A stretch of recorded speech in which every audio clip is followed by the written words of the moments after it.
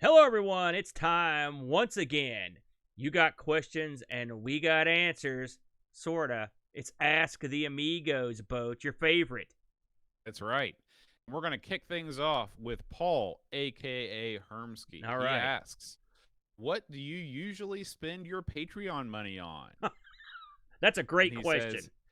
says, not a trick question, no right or wrong answer. How you spend it is totally up to you. You've earned it. Thank you, Paul. Oh, that's nice of you. Listen, I'm glad that this question got asked. I'll be honest with you, and I'll tell you why. Because Boat knows. Over the years, what I've spent the money on has changed. And I will be completely honest when I say this. I'm going to be completely upfront. There were many times that we would get some money on Patreon that would literally pay for my gas to work or buy the family some food. I mean, and Boat knows I'm not lying when I say that, because early on when we started the show, I was not in the best shape financially. Now things have gotten better over the years, but the Patreon money saved my hiney a few times. I mean, that's the truth. We weren't making a ton of money on Patreon, but just any little bit helped. Nowadays, I will say without hesitation that it gets spent almost entirely on equipment. Now, a lot of people will say, like, oh, yeah, sure it does. But I'm telling you, and Boat knows this too, we always are trying to do better, get better stuff.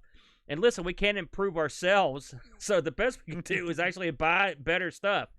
And including, Boat was just talking before the show about getting a new camera. I've gotten a new computer to reopen the arcade studio. So we could have, so me and Brent can get back out there and do stuff.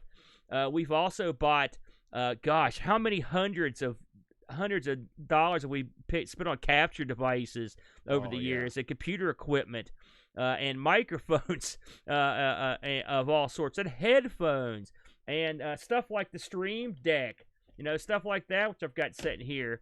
It's just a lot of money has been spent on stuff to make the show better. And I know that's an old, you hear it everywhere, but I can safely say I doubt we've made a whole lot of money when you put how much we've spent versus what we've made. But I appreciate everyone who sends in their money. I don't want anyone to think they're getting like hosed. We absolutely put the money back in the show, Bode. Yeah, and trust me, if I could spend money to get a better internet connection, I 100% would. Yeah, no kidding, Bode. Well, I mean, what are you going to do, though? Yeah, and hey, good times are coming, hopefully.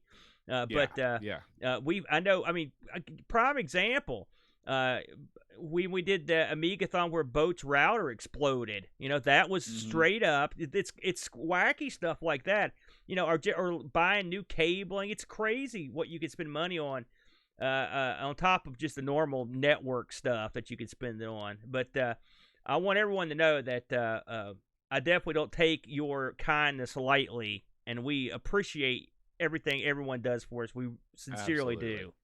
Yeah, we do. Thank you guys so much. And we move on to Happy Coding. Happy Coding asks, was there any difference in popularity of different consoles, computers, and games between the northern and southern states of the U.S.? What do you think about that, Aaron? I don't think so, to be honest with you. I would say that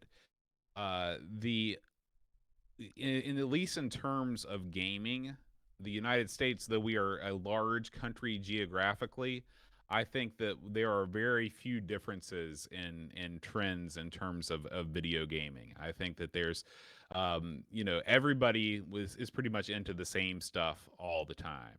We talk all about how, there were some people that had computers, but when it comes to people my age, the NES was such a pivotal thing that it was a movement that was nationwide, and it took the country by storm. And ever since then, people my age and younger, by and large, were console gamers until the PC became a force, with games like StarCraft and the first-person shooters and stuff like that. And then there was some splinterization in there, but it's not like down in Atlanta, everybody had Amigas. Nobody had Amigas. Yeah, don't listen to Doug. I will say there's one thing that pops into my head, Bode, and that is, and this was a very brief time, but seemed to remember hearing that there was a large chunk of TIs were they're in Texas, which would make sense. Oh, That's that where, makes sense. That so makes sense. TI, I would say the TI and the TI 994A Texas Instrument machines. That may have been one you would find more central located in Texas. You know, a lot of these places, like for example, a lot of the consoles in the States, like the Atari consoles, they were all coming out of California.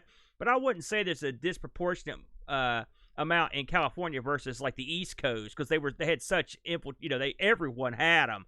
So I think it might be likely, and again, you can make these arguments with sort of the early 8-bit computers more than anything else, because they were a localized thing. I think that you probably saw a lot more Apple IIs on the West Coast because of their presence in schools and things like that, and because that whole thing. But because all of the biggest, the heaviest selling, video game units from 1986, 87 onward were all consoles coming out of Japan. It wasn't like there was, there weren't any sort of regional differences. Yeah, I'd say you have to go all the way back to your very early kit computers and your early Apples to say, okay, yes, you had a larger percentage of these in California. After that, it blew up all over. Yeah. Good question, Happy Cody. Dave Velociraptor asks, which logo do you prefer, the Commodore or the Atari? I'll take this one first, Aaron. Mm-hmm. I think that not only is the Atari logo better than the Commodore, I really believe that the Atari Fuji logo is one of the best logos for any product of all time. I just think it's a great looking logo. I agree. I give, in terms of logos, Atari's got the edge. I always like the Fuji. I thought, don't get me wrong, the chicken. For one thing, it's called the chicken lips. That right there is enough to go for Atari. That's so there you go. Yeah, that's no good. David Hearn, writer, asks, if you had to wrestle King Kong Bundy, Big John Studd, or the Undertaker for the win, who would you pick? Well,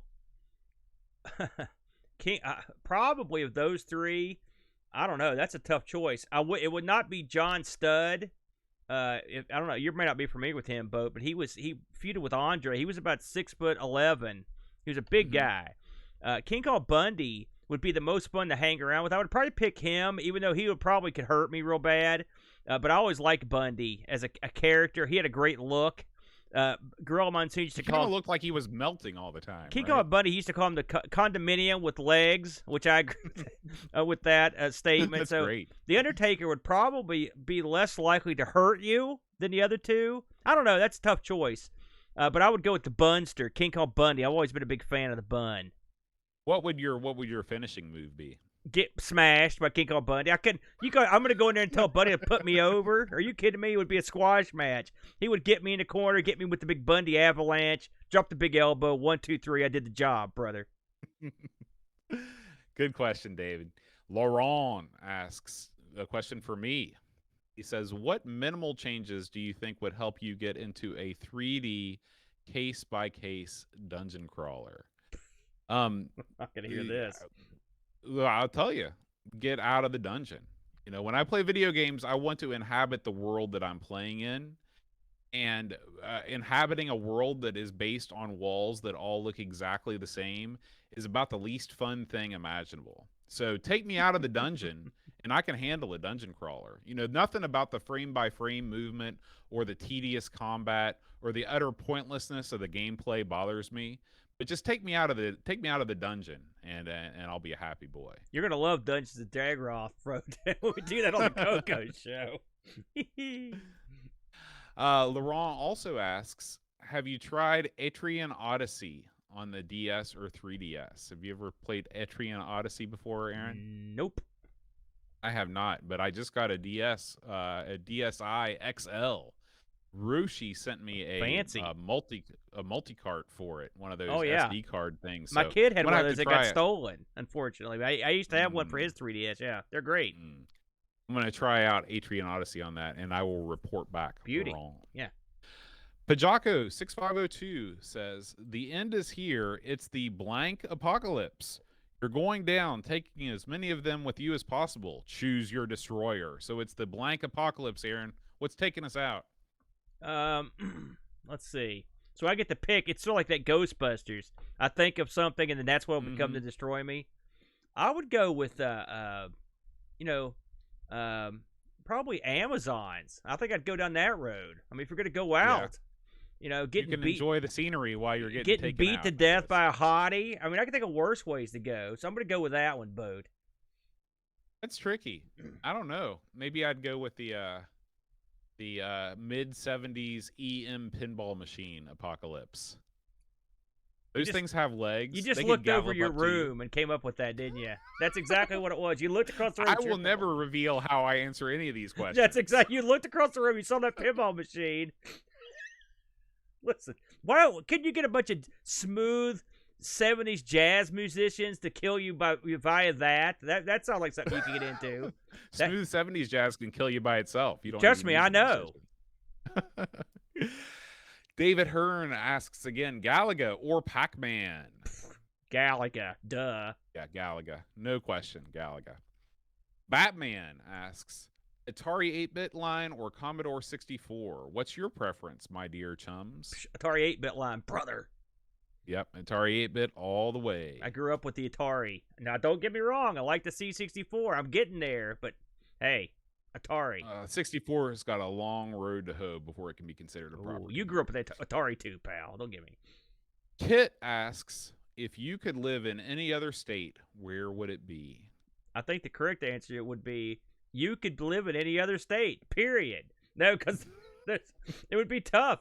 If I could have you seen, I'm sure you've heard about this, how Jim Justice is trying to convince 3 western counties of Maryland to join up with West Virginia? They petitioned him. He was just like, sure, we'll do it.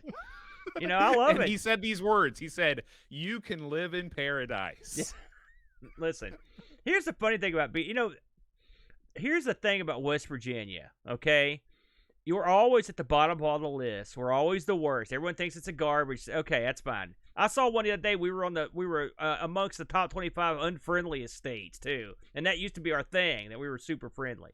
So living here, yeah, it's got its issues, but you're so beat down that you're almost like part of a club. It's like, and so right. It would be hard to leave the club. It's also so beautiful here because these poles and how bad we are. You don't think about that crap when you're walking through nature. I was at the park today, soaking in the sun, looking at the sky and the blue and the greenery and all the mountains. I'm like, man, it didn't get any better than this, But all that said, if I was going to leave to move to another state, it would definitely be down south because we don't go any further north than this because it's too cold.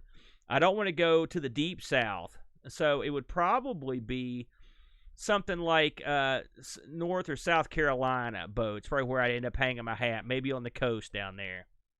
Okay. I would probably stay closer to home. I would probably, if I was forced to move, I would probably go back, either Louisville or Lexington. I think would be great places to live. Yeah, I've lived in both those towns. They were a lot of fun. Yeah, so I feel like whenever I go down to North Carolina, well, I don't know, North Carolina, South Carolina, they're so big, but they're mega popular these days. Everybody's moving down that way. Yeah. The weather's nice. Yeah. All right, moving right along. Benz asks, he says, over the last 12 months, I've noticed that my hair is much thinner. I can just about get away with it just now, but the day is surely coming when drastic action will need to be taken. Should I go for a half measure shorter cut now or just go straight to the shiny dome? How did you guys handle the inevitable retreat of the follicles? Man, I'll let you go first. I got to gather myself here. Well, I for years and years, I mean, I started going bald really in college. I mean, I had a bald spot. So I knew that I was not long for this world when it came to the old hair. But I sported what was affectionately known as the reverse mohawk for probably close to a decade. You had that on this show for a good while. Yeah. Yeah. And, I always pictured that my hair would sort of continue to fall out from the top down and I would end up with an attractive Picard-like look. But unfortunately, it didn't happen. And one day I went to the barber and I just thought, boy, it would be nice to never have to go to the barber again. I told him, I said, just take it all off. And I've never looked back and I've never been happier. In my opinion, Benz, you should just go for the jugular, chop it all off, and start living that bald brotherhood life, man. I'm going to go down a different path on this, and I'll tell you why. My dad was bald. I used to mock him incessantly about his hair, his comb over. And I remember him telling me, it's going to happen to you, pal. And I was like, yeah, it'll never happen to me. I've got long, luscious, Cher-like hair. I had long hair, bangs, the whole 9 yards. A lot of people have heard this tale. Well, it did happen. Did you ever curl the bangs up? No, I never did. No. I never went for that. But I knew I was screwed when I started in college. And I was like, okay, I'm starting to lose it. And I knew I was totally screwed when I cut my hair coming out of there, and I was already had a receding hairline that had receded. It had retreated very, very far past the Mason-Dixon line, Bo, if you know what I mean. But I held on to my hair like grim death and I don't remember. Did I have the ponytail on this show? I can't remember if I ever had. Did I have it on here? Well, no, you didn't, because remember, we started the show after you started working for the KSP, and you had to cut it off. That's right. I still had long hair for years, sorta. It was a skullet. You had to go there, didn't you? It was a skullet. It was long hair in the back, party in the back, no business in the front at all. It was completely gone. But I had it forever, and I could still take my hair out of the ponytail and comb it down and feel like you could feel it in the breeze and stuff. I was like, this is great. But, one day when I was starting a new job, I was just like, I can't go to a police station or whatever with this raggedy-looking crap. And by that time, the ponytail was looking pretty bad. And so finally, I literally cut my own ponytail off, and I've got it in a bag. It's in my scrapbook in here. I'll never forget it. It was very depressing.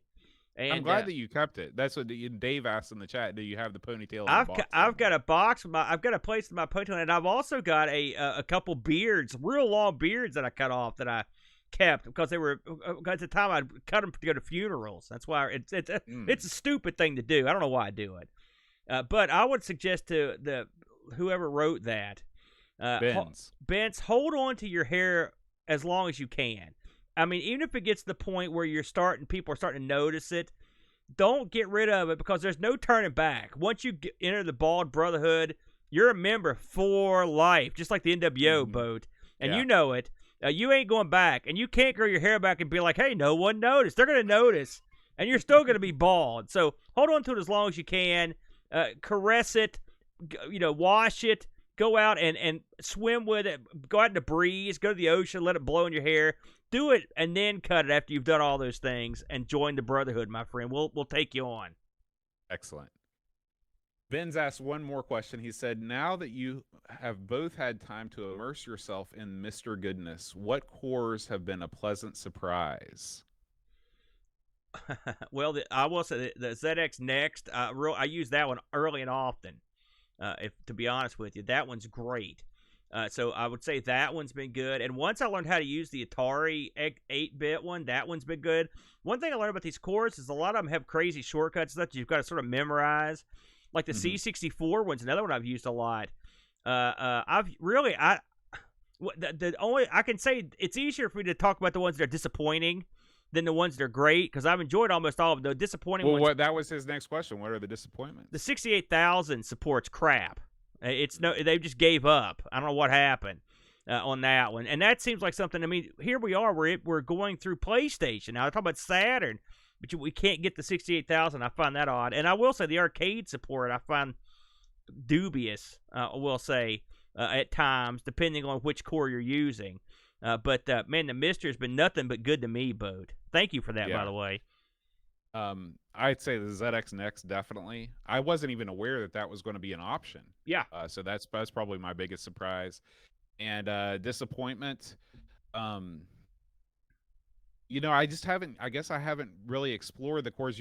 One of the advantages you have of doing a show like ARG is that you're bouncing around through things like nobody's business. Oh, man, you're right there. But I have heard, it is the arcade course, not the fact that, I haven't run into as many issues, but I haven't used it as much. But I just wish that there were more arcade cores.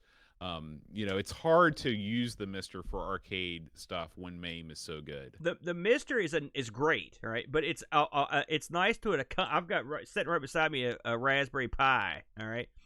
And the stuff that the Mister doesn't do or doesn't do well, the Raspberry Pi's got you covered. You need to play Dreamcast or N64 or arcade MAME stuff. You got all that on there. And then you just go to the Mister for the other stuff and your computer support, stuff like that, and you got that covered. So they're a good 1-2 punch, Boat. Yeah. Jason Warren says, "Is there something you're secretly good at, but you say you're not, so you don't have to do it?" Oh God, yes. I mean, it's not a secret to most people, but there's a time in my life where I did a lot of computer work, Boat, and so.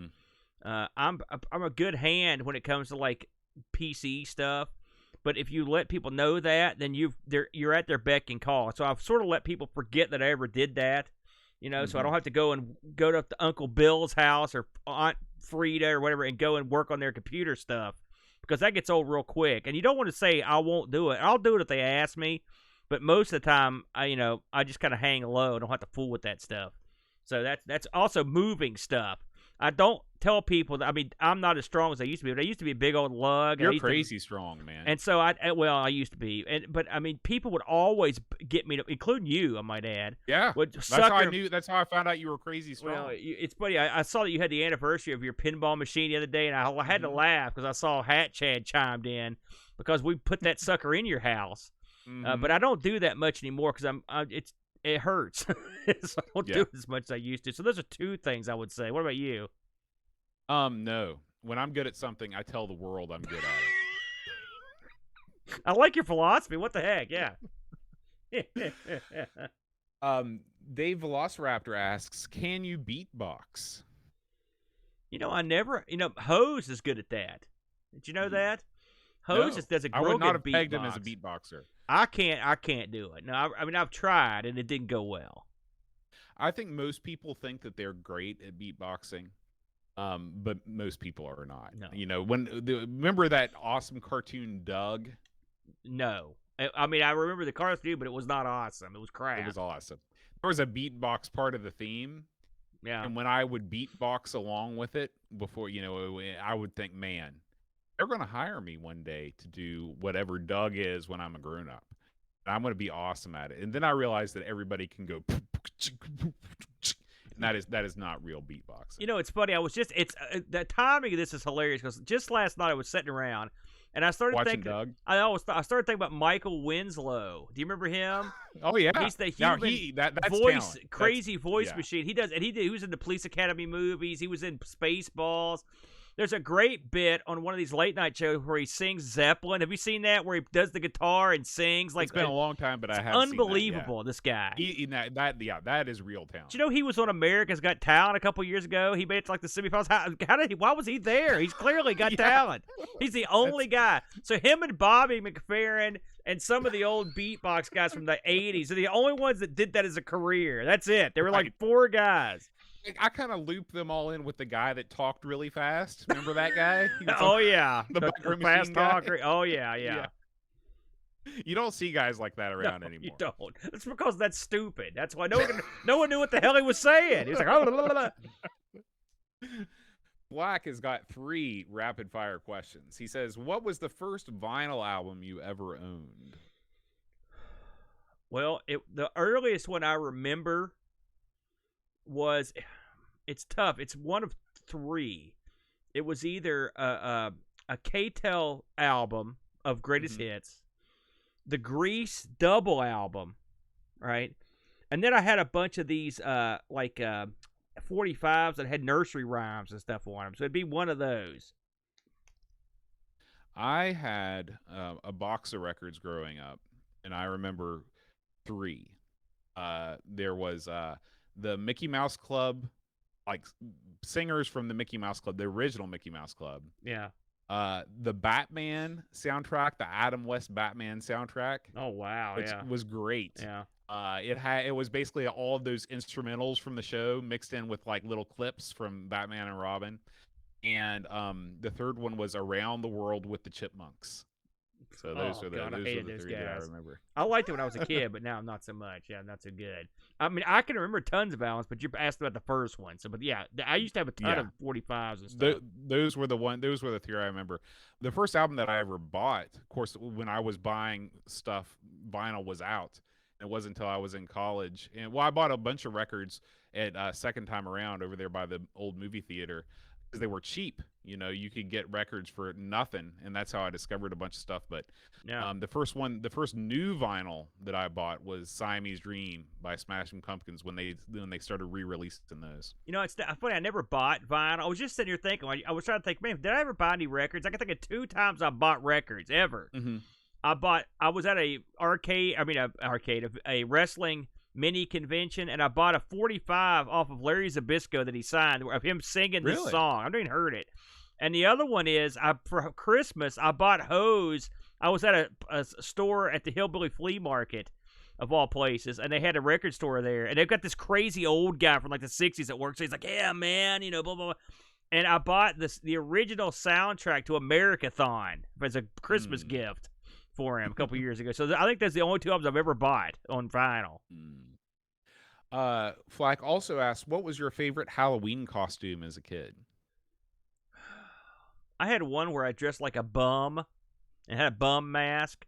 So probably that one. The costumes were all crap when I was a kid. I didn't like any of them. But You got to remember, we've got an international audience, and bum means something okay, different. Okay, hobo. Yeah, I dressed like a large human butt.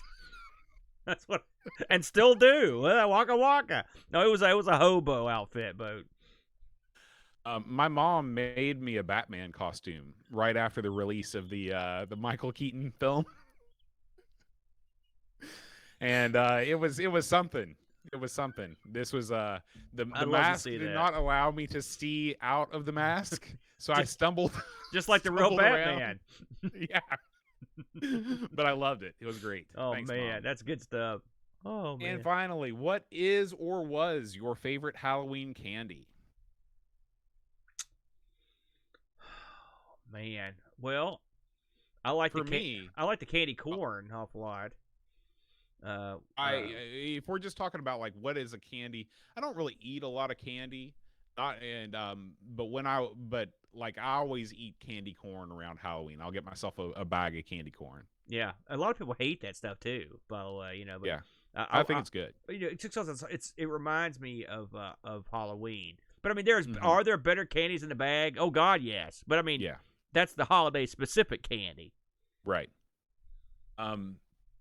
Let's see. Moving on down the line, it's Tiama asks, who is the all-time greatest Sesame Street Muppet? You know, I probably would go with Kermit. I liked Cookie Monster. Choice. I liked Bert and Ernie. I liked Mr. Snuffleupagus and Big Bird. But Kermit made the jump. And so few Grovers the guy I liked. But I mean, and I liked Grover a lot. But Kermit made the big leap. He got off the streets, brother, and got in the theater. And there's a reason for that, because he's a likable character that you liked him on the show.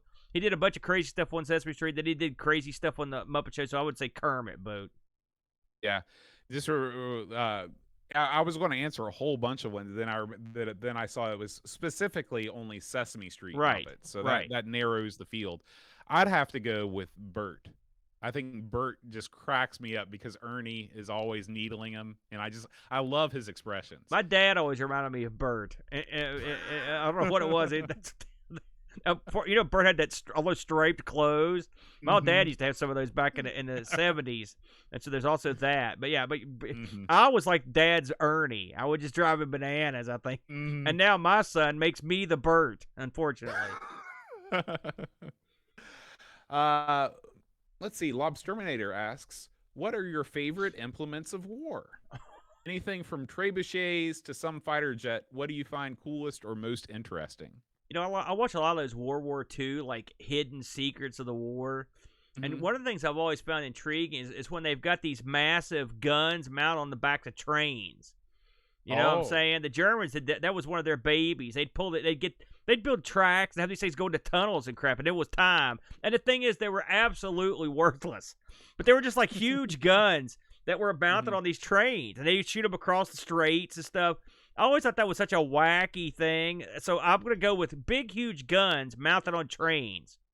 That's good. That's good. I'm gonna go with the real early tanks. You know, back in the early days of tanks, nobody'd really figured them out yet. Those geeky looking tanks. Yeah, and they were just like, well, let's try this one, and then you got all kinds of variety. So I'd say like those are probably World War I era too. Yeah, those early tanks. Those are as wacky as an instrument of death could be. I like the single person version. They're like kind of rounded, and it looks like something that clowns would come out of, but you're going to have to kill guys. Yeah, I agree. Those are good too.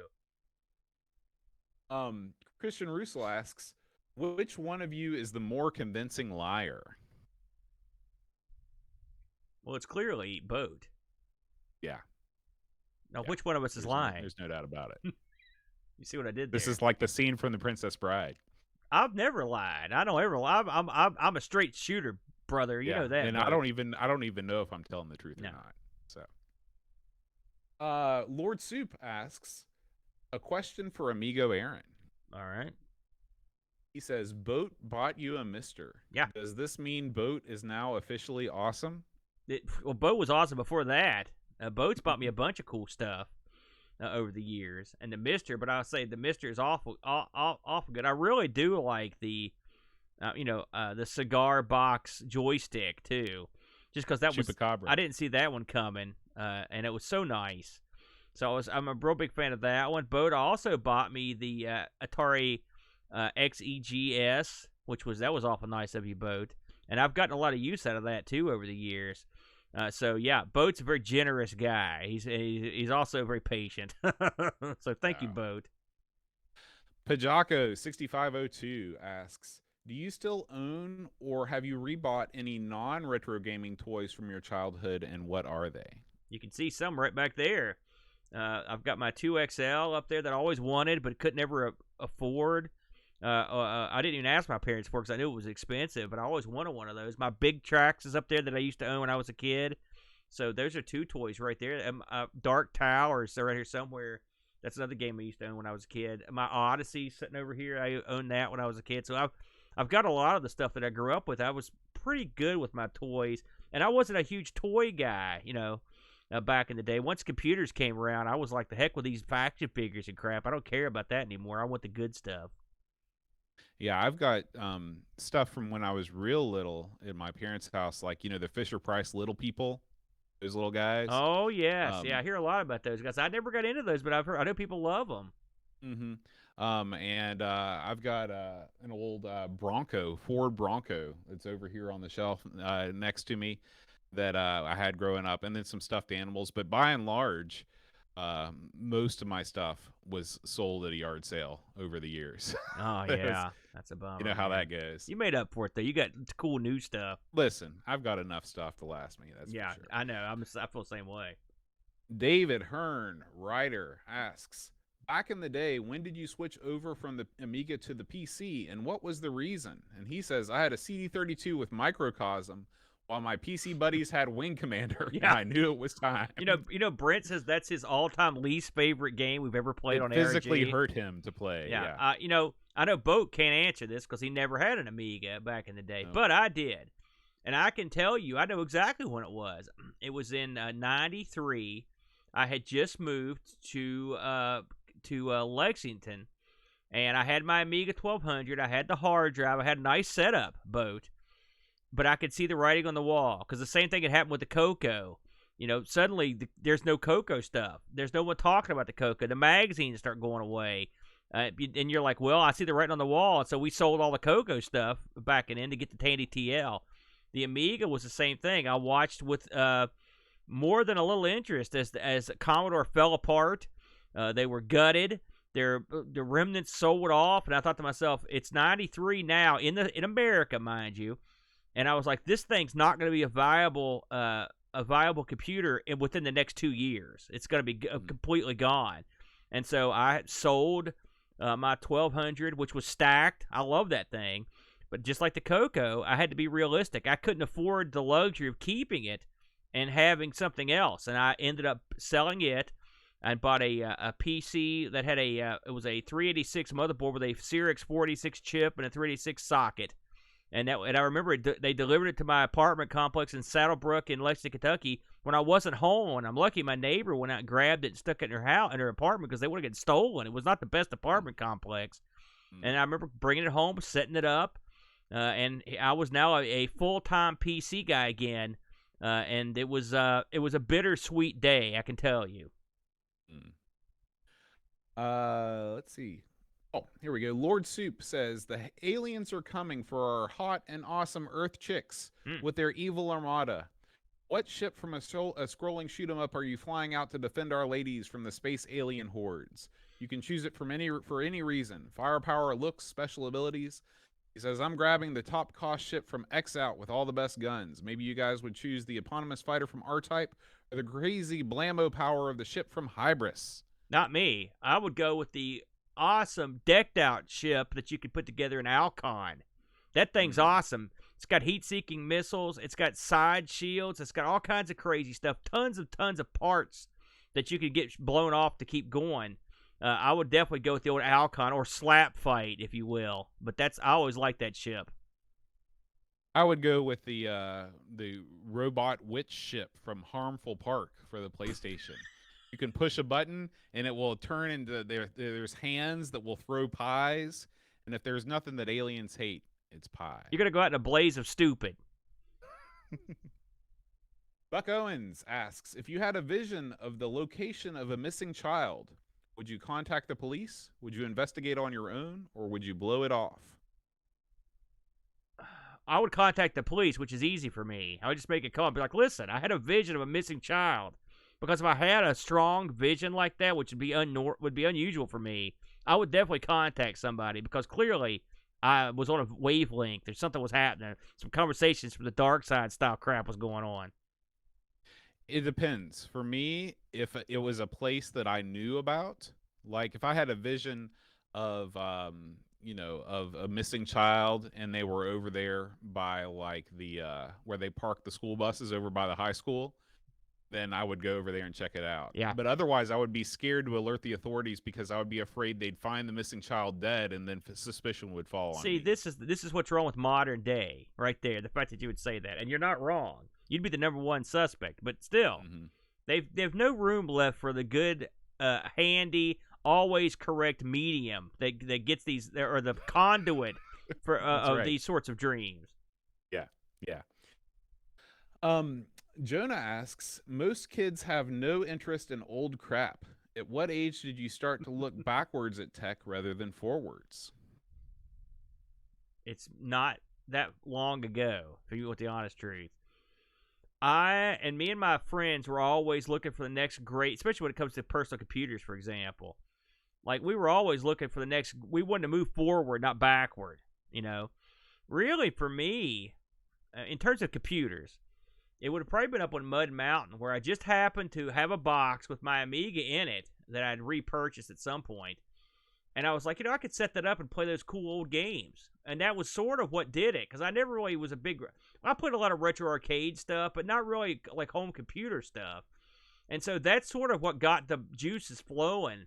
In terms of like your old toys or stuff like that, I don't know if I never really, they were up in an attic or something. I never really went out and tried to get them. It was never something I tried to do.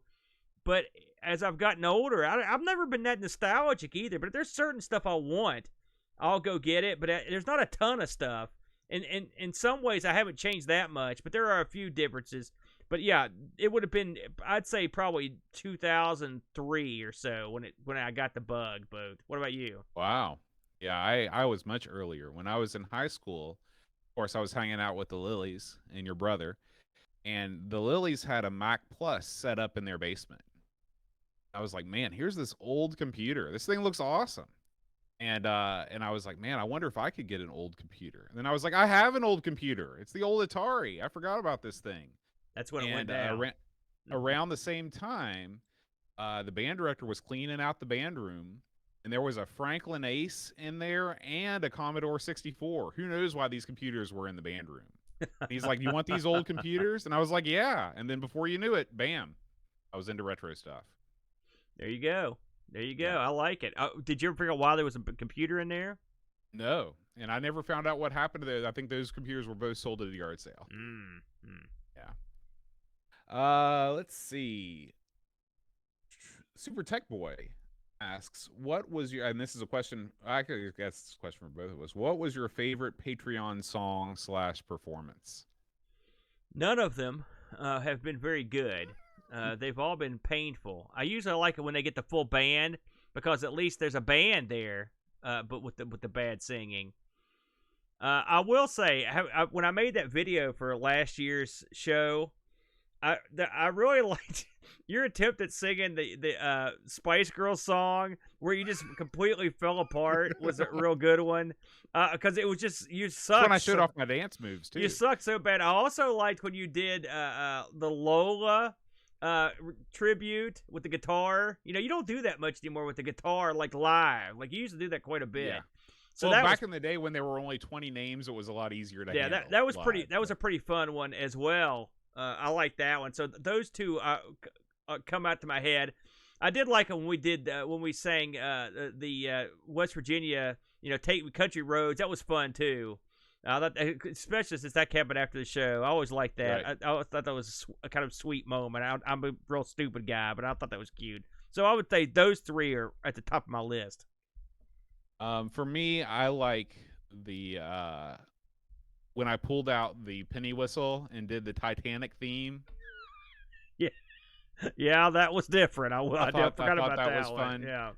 The very first full Patreon band song we did with and it was what song was it? Pix did a great job with the video editing. He was laying in bed. He was looking out the window. Oh, that was good. Yeah, I remember that video where he was looking longingly looking at stuff. That was great. It was great. Yeah, that was great. Good. Yeah. So yeah, those are my two favorites. Yeah. Don't dream it's over. Thank you, Pix. Yes, that was good. Retro Jerry says, "You live in West Virginia. I live in New Mexico. Yeah. States ranked 47th and 48th in the U.S. Why do we live in these states? How bad must Mississippi 49 and Louisiana 50 be?" They're like our state, but lots hotter and wetter. But then again, so New Mexico. Now think about it. I'm going to tell a quick story. When I was younger, my number one goal was to get the hell out of West Virginia. I mean, get out of here. Go anywhere. I was going to Vegas. I went to Kentucky. I went anywhere. I was like, I got to go. And then ultimately, through no fault of my own, I ended up back here. Jobs went away, bad luck, what have you. And I learned an important lesson. And the lesson was, throw out all these polls, all this crap. The place you live is going to be as good or as bad as you make it. And the place you live is going to be as fun or as boring as you make it. And the people there are going to be as horrible or as good as you make them and who you associate with. And when I made this amazing discovery, I have not worried too much about it. Now, occasionally things will piss me off. The polluted water situation that from a few years back when they polluted the river was horrible. The mountaintop removal stuff have always irritated me. It makes you want to go. When our government does something really dumb and it makes me embarrassed to live here, that makes me want to go. But aside from that, generally I like being here just because it's nice, and in my little world, it's quite like a paradise because it's so beautiful and the people are so friendly, and that's it. That's me. Yep. I agree with you 100%. 100%. There you go. Laurent says, "I have made it one of my life's goals to create a Amiga 3D step-by-step dungeon crawler that John can genuinely enjoy." Good Laurent luck, is pal. not letting this go. I finally managed a free time to work on it. Will you be willing to be my official guinea pig playtesters? Yeah, of Yes. course. Yes, absolutely. Yes, Laurent. Laurent. Yes. You make it, we'll play it, buddy. Listen, like I've said it's on my shirt. I've played Top Banana, so there's nothing you're going to be hard pressed to make something I'm going to absolutely hate more than that. And Boat, I can't speak for Boat, but Boat's played a lot of bad games, so I think and he's played a lot of dungeon crawlers, so it would have to be the dirt worst for Boat not to get through it. I look forward to playing your game, Laurent. Absolutely. Yeah. Boat's not going to bury you, Laurent. We love you. Yeah. And that's going to do it for this month's Ask the Amigos. As always, if you're a member of our Discord community, you can ask us a question on the Ask the Amigos channel, and we will answer it on the next edition. So thank you all for listening. We'll see you next time. Until then, Adios.